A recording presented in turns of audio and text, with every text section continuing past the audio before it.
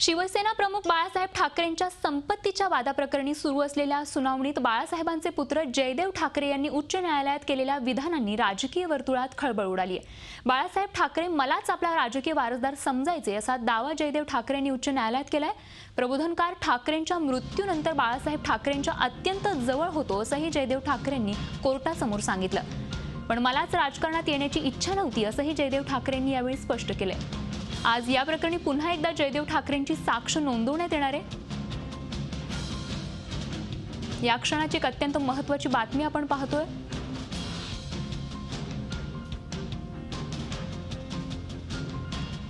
जयदेव ठाकरेंचा दावा आपण पाहतोय।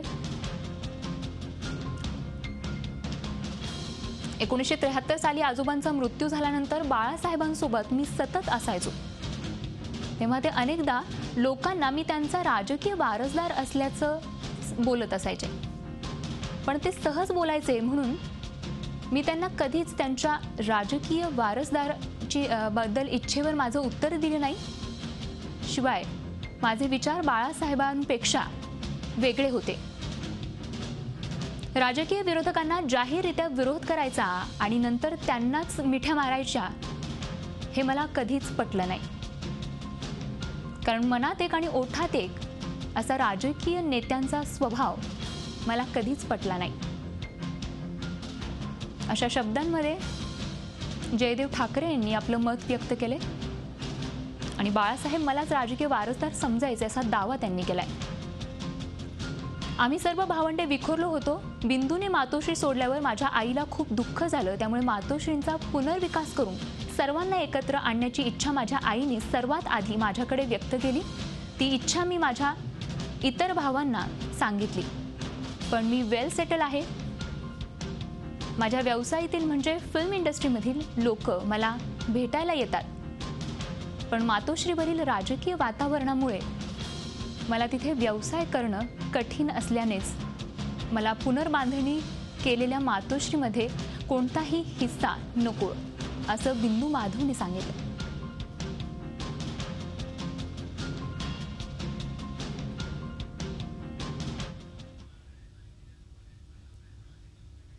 आणि एकूणच या संदर्भात अधिक माहिती देण्यासाठी आमचे प्रतिनिधी अजित मांढरे आणि दिनेश दुखंडे आमचे प्रतिनिधी आपल्या सोबत आहेत।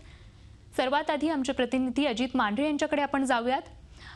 अजित, आज कोर्टात काय होणार आहे आणि एकूणच मुख्य म्हणजे आता उद्धव ठाकरेंची किंवा त्यांचे वकील कधी बाजू मांडणार आहेत, काय अधिक माहिती आहे? स्वाती, गेली 2 दिवस झाले उद्धव ठाकरेंचे वकील जे जयदेव ठाकरे आहेत त्यांची साक्ष घेत आहेत। जी कोर्टची प्रक्रिया त्यानुसार एका संपत्ती वादामध्ये ज्याने दावा केलेला आहे आणि ज्याच्यावर दावा आहे त्या व्यक्तींच्या वकिला सगळे साक्ष घेतली असते, त्यामुळे जयदेव ठाकरे यांची सध्या साक्ष सुरू आहे। या साक्षीमध्ये 2 दिवसापूर्वी देखील जयदेव ठाकरे यांनी खूप मोठे खुलासे केले होते। ठाकरे परिवारातील जे मुद्दे आहेत जे आजपर्यंत चव्हाट्यावर आले नव्हते ते त्यांनी मांडले आहेत। त्याच पद्धतीने कशा पद्धतीने त्यांच्यामध्ये वाद होत गेले। 2013 पर्यंत म्हणजे साधारणपणे हा दावा करण्याच्या आधीपर्यंत जयदेव ठाकरेंच्या कुटुंबामध्ये सगळं आलबेल होतं, त्या सगळ्यांचे संबंध चांगले होते, पण हा दावा केल्यानंतर कुटुंबामध्ये कसे फाटाफूट झाली त्यापेक्षा पुढे म्हणजे ज्यावेळी बिंदू माधव ठाकरे होते त्यावेळी त्यांना त्या संपूर्ण राजकारणात रस कसा नव्हता आणि राजकीय वारसदार बाळासाहेब ठाकरे हे जयदेव ठाकरेंनाच मानायचे। या असंख्य गोष्टी ज्या आहेत त्या ठाकरेंनी आपल्या साक्षीमध्ये सांगितलेल्या आहेत। साधारणपणे 146 प्रश्न जयदेव ठाकरे यांना न्यायालयामध्ये विचारण्यात आलेले आहेत। उद्धव ठाकरे यांचे वकील जे आहेत रोहित कापाडिया त्यांनी हे संपूर्ण प्रश्न विचारले होते। त्यामध्ये अनेक प्रश्नांची उत्तरं त्यांनी मी जाहीररित्या कोर्टामध्ये सांगू शकत नाही, कारण का हा आमच्या परिवाराचा वाद आहे आणि हा परिवार ती गोष्ट जर मी जाहीररित्या सांगितली त्याचे खूप मोठे परिणाम होतील असे देखील वक्तव्य त्यांनी केलेले आहेत।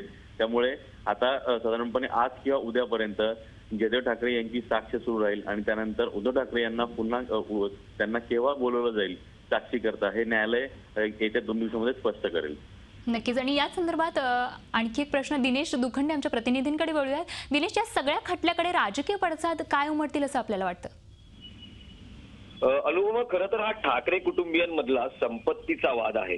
जयदेव ठाकरे आणि उद्धव ठाकरे यांच्यातले हे अत्यंत खाजगी प्रकरण आहे, मात्र हा वाद न्यायालयात गेल्यानं आता तो सार्वजनिक बनलेला आहे। ठाकरे कुटुंबियांसाठी आणि त्यातही बाळासाहेबांचं नाव किंवा बाळासाहेबांचा उल्लेख या खटल्यामध्ये वारंवार होत असल्यानं साहजिकच त्याला एक वलय प्राप्त झालेलं आहे. माध्यमही हे प्रकरण अत्यंत बारकाईनं कव्हर करतात आणि माध्यमांचंही बारकाईनं लक्षही आहे. न्यायालयात जो काय फैसला होणार आहे तो आहेच, पण त्या उपरही जनतेचं एक न्यायालय असतं हे सर्वांनीच कायम लक्षात ठेवावं, इतकंच या निमित्तानं आपल्याला सांगता येईल.